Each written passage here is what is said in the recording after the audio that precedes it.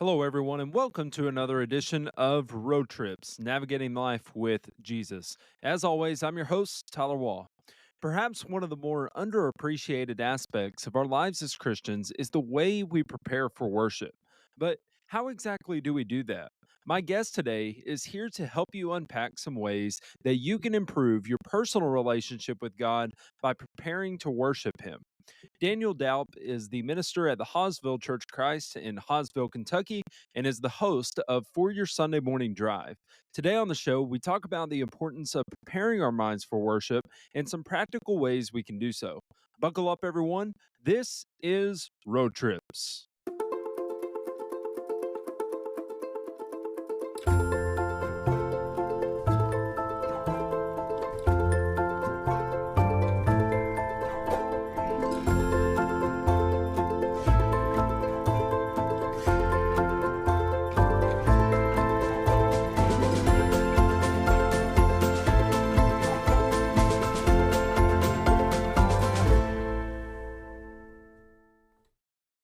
All right, Daniel Dalp, welcome to the show.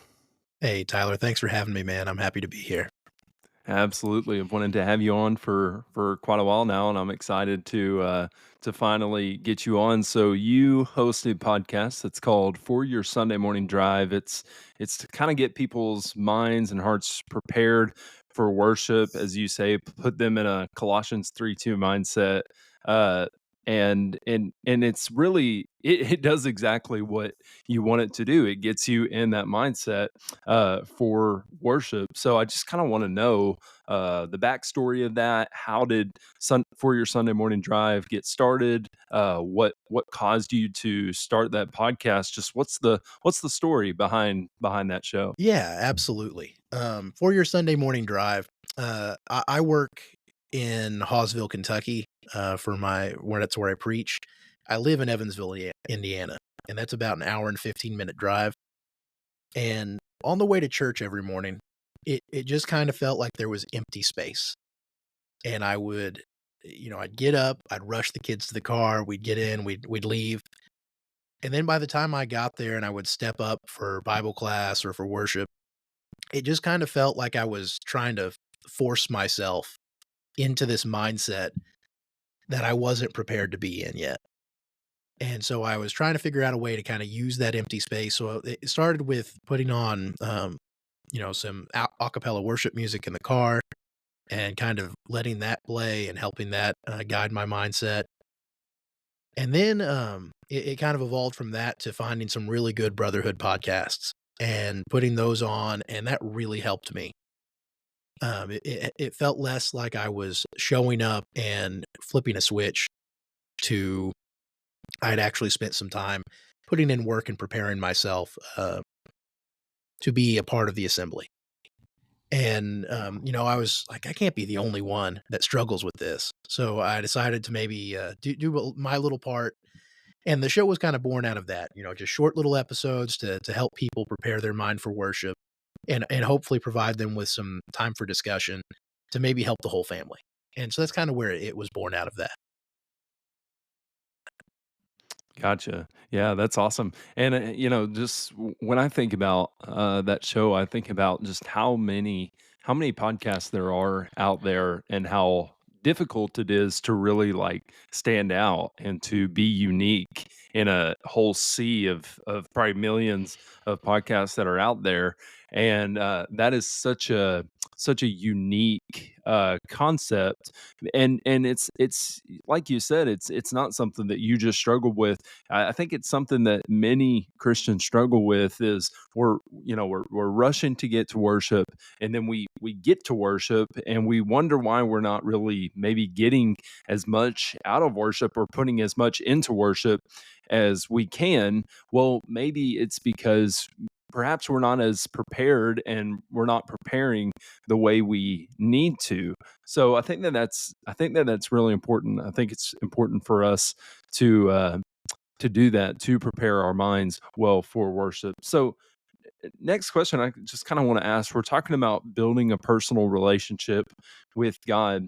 How does preparing ourselves for worship help us in our personal relationship with God? Yeah. I've been thinking about that question a lot this week.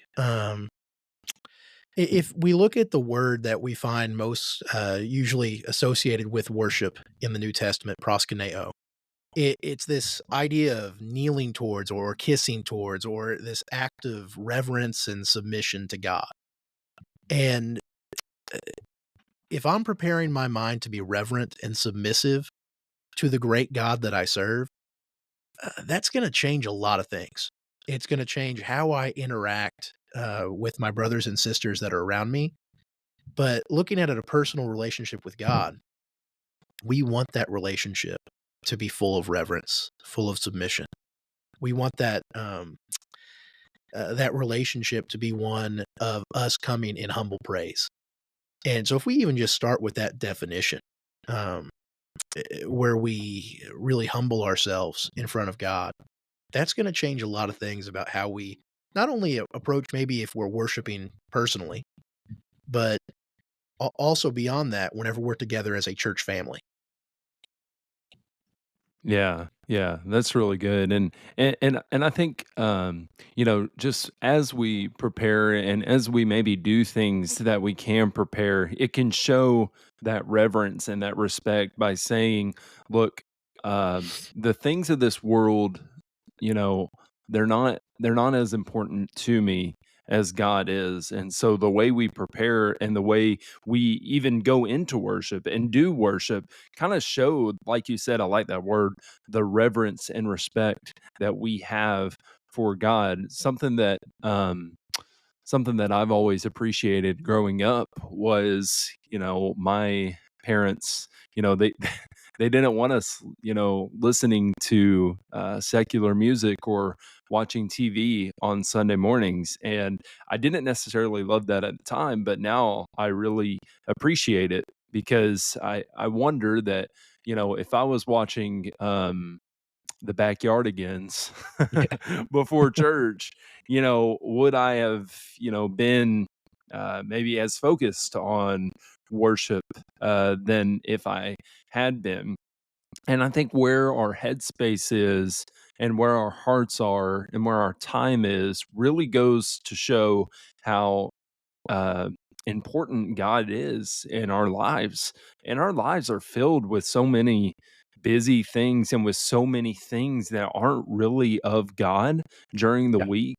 So why not spend as much time as we can uh, preparing and getting ourselves in the mind space to worship God? Because if we say that He's number one, if we say that He is our life, well, then, we're gonna prove that by making the time to go to him in worship. Would you agree Yeah. with that? Oh, absolutely. And I think you really hit the nail on the head by that phrase. If we say that God is number one, right? But how does that actually play out on his day? A lot of times, right? We see it all the time, right? People turning around, especially when we're standing in the pulpit. We see people turning around and checking the clocks or looking at their watches. And not that it's about us up there, but that's a reflection of the whole worship, right? The whole assembly together. And if we look at God throughout history, he's always wanted the best from his people, in terms of sacrifice, unblemished, perfect, as close to the best as you can be. And, anything less than that, he rejects it. We look at Cain's sacrifice in Genesis chapter 4. Um, he rejected it because it wasn't up to par. And, he's given his best to us in Jesus Christ. How could we offer anything less? And I think it involves a lot of just slowing down and examining what we're doing. Because what I've found, and I'm not perfect at this either, but what I've found is sometimes worship, instead of it being this, yes, a very collective thing when we're talking about it in terms of community, but also a very personal thing. Worship can almost seem like something that we want to get through rather than spend time in offering praise to God. And that's a really scary thought, and it's really sad. You gotta imagine that breaks God's heart. Yeah, yeah, absolutely. And I think even as ministers, we were talking before a little about our congregations that we work with. Even sometimes, I think about the time, and you do too. The time you spend, putting together a lesson. Sometimes all you want to do, like afterwards, or right after you're done, is just Right. like go home, eat your lunch, take a nap, especially during the fall with football season going on. I love to watch football. So, I'm like, oh man, the Ravens are playing or whoever, so I want to go rest. Or sometimes you mentioned, the community aspect. Sometimes church can be only the social aspect of it. Right. And I think that's even some an area that we can kind of fall in the trap of the reasoning why we come to worship, which is to worship God, and obviously to fellowship with our brothers and sisters in Right. Christ. But Yeah. also we can be like, okay, let's get this boring part out of the way so I can go, maybe talk to my friend because there was something that I didn't say before and I wanted to say it Mhm. again. So let's get this part out of the way. Let's get the worshiping God out of the way. And, we say, like you mentioned, a worship pleasing to God, that we want it to be pleasing to God. And, I've never really sat down and thought, man, was my worship today, was it pleasing to God? And what if it wasn't? Because like you said, he wants the best. He wants the best worship out of you. And I think maybe if we perhaps switched our mindset from that, what am I getting out of worship instead of what am I putting into worship? I Yeah. think that can really be, um, a good mindset for us to have. I think it's Francis Chan that says, if you say you didn't like worship, Mhm. like, just did it ever occur to you that we weren't worshiping you? And that's Right. like a Yeah. gut wrench, but I'm like, okay, yeah, that's true because, we're there for God, you know? Yeah, and we you talked a little bit about us as preachers. I think one of the ways we kind of have to approach this is also with a little bit of grace. Um, because you look at all the people that we see in the congregation that are they're there to stir up love and good works and to be together and offer praise to God, but they're all going through something different. Like you think about uh, my wife likes to joke that maybe she hasn't heard a sermon in 5 years because we have young children, and that's the majority of her time spent in worship is wrangling, our kids, and, sometimes after worship, she'll tell me, she goes, "I am just exhausted," and, but it's also important to understand that everybody's going through something different like that too, right? And, you have to imagine that God's seeing that as well, and, that's glorifying God. And I just think that's also a beautiful aspect of preparing our minds for worship is preparing for those things that they're going to come up, and how we decide to handle those things, or if we throw up our hands and say, well, it's not even worth being there or joining the assembly. Well, maybe it is, you know? Yeah, yeah, that's so true, and so much of life is simply just showing up. I would much rather.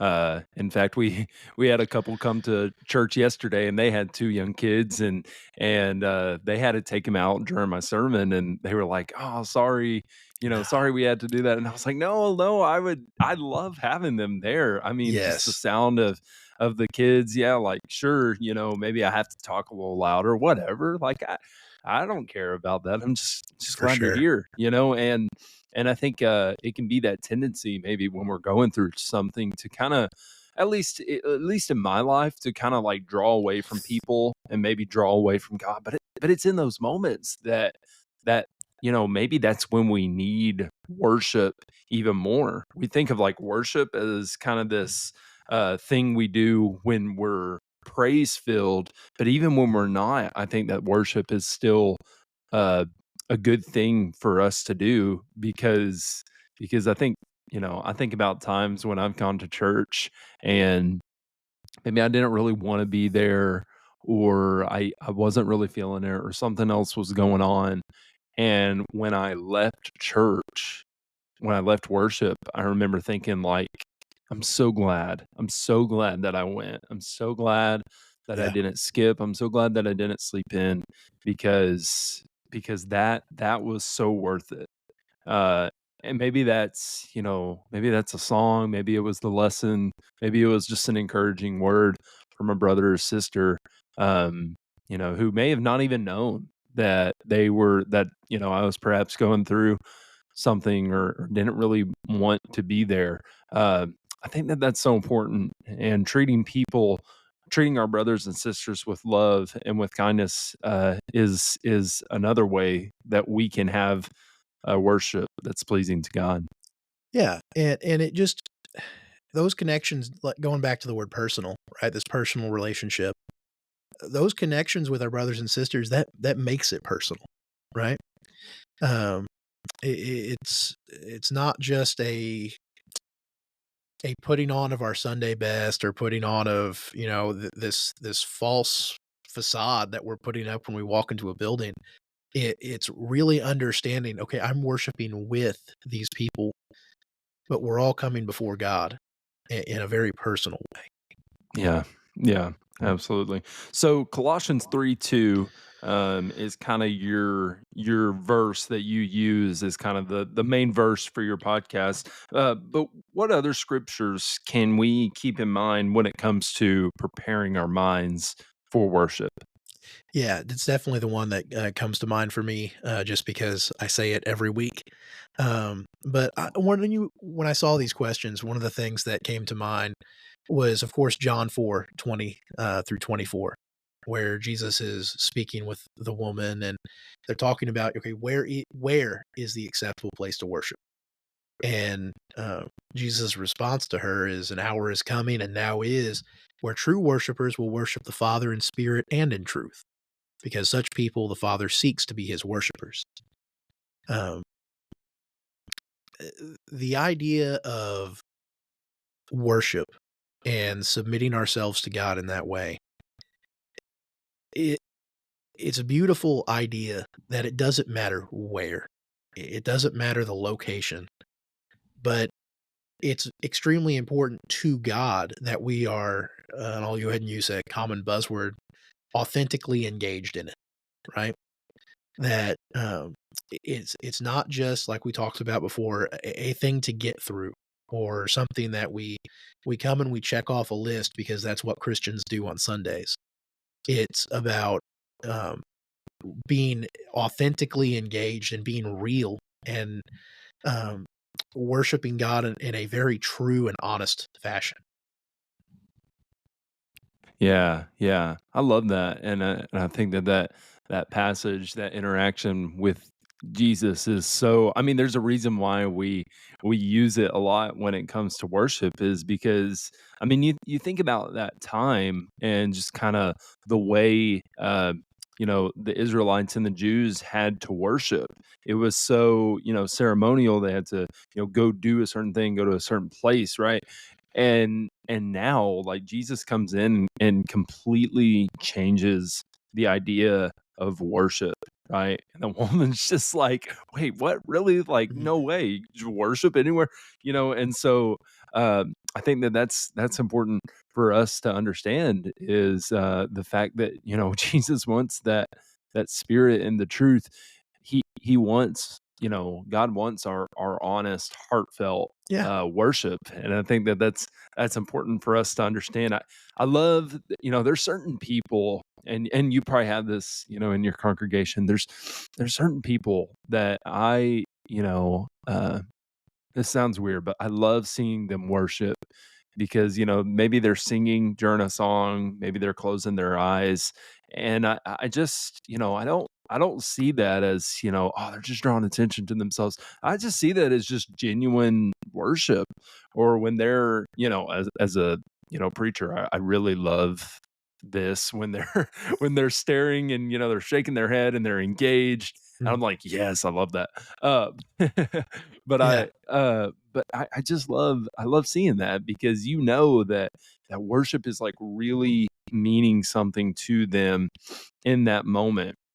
And I look at those people and I'm like, man, I really hope that I'm being that way, because sometimes going back to kind of as a minister, it can feel like sometimes, and maybe this is just, my youth and inexperience so far, it can feel like sometimes that, the reason I'm here to worship is so I can go give the lesson. But, like, Right. I'm Yeah. just as much a member and a participant of worship as the next person. I just happen to be the guy that's presenting God's word. I am very much taking part of the Lord's Supper, or I'm very much singing, I'm very much praying, I'm very Mhm. much giving. That is something else that I'm doing just as much as the next guy, and I think Yeah. that's important to any other minister that may be listening. Yeah, man, I love that you brought that up because that's so true. Sometimes it can be. I don't think it's youth or inexperience that's a question. I think something that everybody that stands behind a pulpit faces, right? Okay, I'm here. I'm going to do my job in my congregation, air quotes, right? And then it's over. But it's not. It's not about us, and I definitely have people at Hawesville that I can think of. There's a gentleman that he leads prayer, every Sunday, and, it's on the surface, it's bereft of any eloquence or, high speak, but you can tell that he means every word, and the way that he thanks God consistently, even sometimes for the smallest things. You talk about stirring up love and good works among your brethren. It's wonderful, and that's why worship is so important. What if we didn't have those moments? I can't imagine what my week would look like or what my worship would look like without my brethren. Yeah. Yeah, absolutely. And I think that's the setup of how Jesus established his church. There's a reason why he said, "Hey, on the first day of the week, just go somewhere by yourself and do this," right? He definitely could have. And, there's a time and place for that throughout the Yeah, week. But I truly, I mean, there's such a good reason why he, has established the church in a way that we come together, because that's really the whole, one of the whole basic, ideas of Christianity is the fact that you're not alone during mhm, it. And you get that sense and you get that encouragement when you see other brothers and sisters worshiping, and when you get that encouragement from yeah, that fellowship that you have with them. for sure. Another verse that stood out to me as I was kind of focusing on this question was Hebrews 4:12. Um, for the word of God is living and active, sharper than any two-edged sword, and piercing as far as the division of the soul and spirit, of both joints and marrow, and able to judge the thoughts and intentions of the heart. I mean, that applies to our entire lives, but certainly, it implies that God knows our intentions behind our worship. Um, he not that he's out like some boogeyman looking for a gotcha moment. Oh, I know your heart wasn't in that song, or I got you. But he knows. He knows when it's just going through motions as opposed to when it's truly intentional and heartfelt.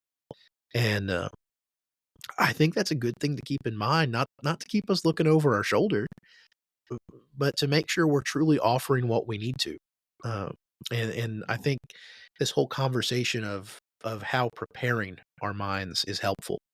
Um, it if we're really putting in the work to change our intentions and our mindset, those things are going to fall into place a lot more easy than if we're just sitting there and just gritting our teeth and trying to force it. Yeah. Yeah, exactly. Exactly. And so that statement kind of leads me into my last question. And this is kind of what I was really, wanting to talk about, Yeah, because I love just this idea, because I've, you know, your podcast really got me started on thinking about this, and your interview that you did with Wes really got me thinking about it, even, months later. And so, what are what are just some practical ways we can prepare our minds for worship? Yeah, absolutely. I think the first one that comes to my mind is fill silence with something meaningful.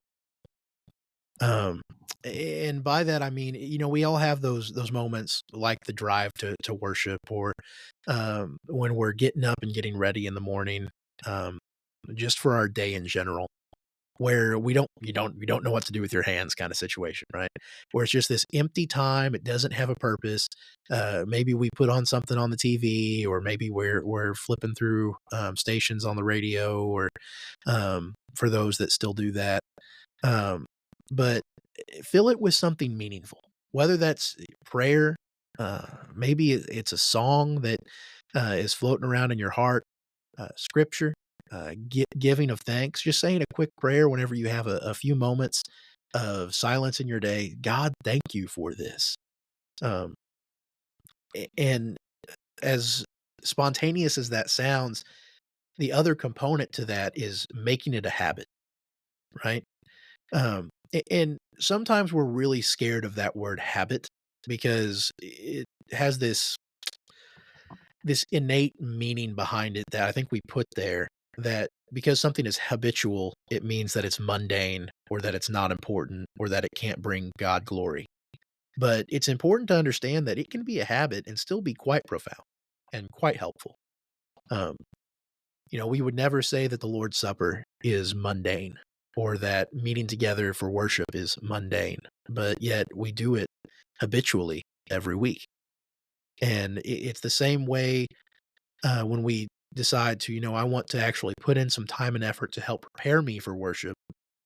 It might feel awkward at first, but if you're carving out time, instead of saying, on the way to church, we're going to listen to this talk radio show, right?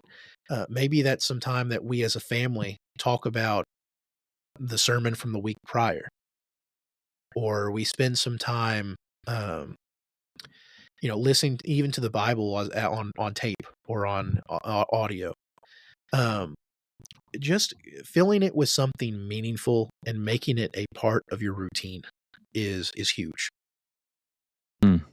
Yeah. Yeah, I think that that's really good, and, I've I always love those, Instagram reels of, like, these guys and girls that have these, like, amazing morning routines, and, like, I don't Oh, look yeah. at that and I'm like I don't look at that as like, "Oh, man," like, uh, they're just trying to show off or whatever. I look at that and I'm like, "Man, I kind of admire that," A lot of people, uh, have, like, the 5 to 9 before the 9 to 5 or Right. whatever. I'm never gonna wake up at 5 AM unless No. it's to go to Disney World, uh, but maybe, 7 to 9. No, I think, I think that it's important for that I like that word routine and that word habit, and you're right. I mean, I think sometimes we can hear that word habit and just think, "Oh, okay, well, now you just wanna go through the motions," right?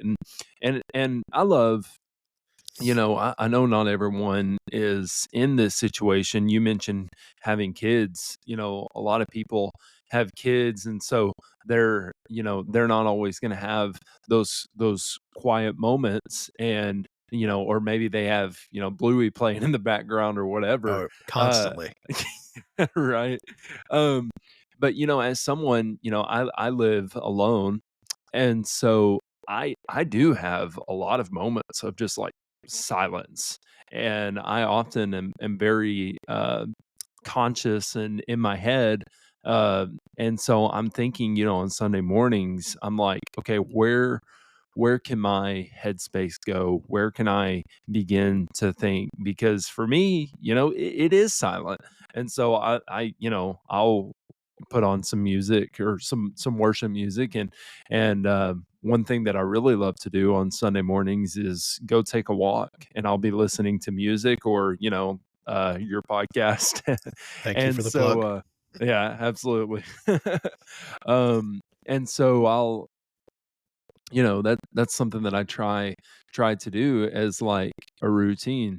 But I really love just the idea of adding spiritual acts in your preparation for worship before you even worship? Because, you mentioned talk radio. I mean, how how prepared are you gonna feel for worship when on the way there, you're listening to the latest news about the Kardashians, I Oh, mean, yeah. and so, but instead, maybe you're listening to a song or one of your favorite hymns, and that's the mindset you go into with worship. That's gonna change not just the way Yeah. you worship, but the way you interact with your brothers and sisters. That's gonna change the way you encourage them, because I know that when I'm off, when I'm not as prepared, it doesn't just Yes. change my worship, it changes the way I talk to the people in my congregation. It changes the way I present my lesson. It changes everything about Yeah. worship. And I'm glad you brought that up. And I'm sure this will never happen once you're married. But it's if you've ever gotten in an argument on the way to church, man, it will change your whole day. And it doesn't even have to be that. It could just, like you were saying, talk radio or anything that kind of takes your mind away from the purpose behind what you're about to do can shift the way you think for hours to come. And whether it's maybe the kids were a little bit stressful that day, or whatever the case is. Um, and you also brought up that idea of some people may not have that quiet time, and that is so true. And I don't want people that might be listening to be discouraged, saying, "You know what? I don't. I honestly and to truthfully don't have this time that y'all are talking about. When am I supposed to? How early do you want me to get up? 3 a.m." Um, but it's important to understand that you can reframe the way we think about things. Maybe you wrestling your child into their car seat in the morning when you're exhausted and you're frustrated and you're on your way to meet with the church, God sees that. And maybe you, instead of saying, "Well, I can't glorify God in this," maybe you need to understand that you already are by making sure that your kids are going to be in worship and in Bible class and surrounded by Christian brethren. And um, uh, life is going to change. And the amount of time that we have to um, prepare for worship or prepare our minds is going to be in flux constantly. And don't forget those little acts of service that are also pleasing to God, day of, right? That He's not going to just say, "Well, you had all these things come up, but your mind wasn't exactly where it needed to be." There's going to be some grace there. And He's going to see the things that we're all doing to make sure that we're there to be together. Yeah. Yeah, absolutely. Well, that's really good. And Daniel, I really appreciate you coming on the show, and this was a great conversation, and I just love all the work that you're doing for the brotherhood, man. Thank you, brother. I appreciate that. That means a lot. Absolutely. Thanks for listening to another episode of Road Trips Navigating Life with Jesus. This podcast is in partnership with Ministry League. You can download their app or check out their social media pages or YouTube channel to find all the great resources they have to offer. We'll be back next week with another episode of Road Trips.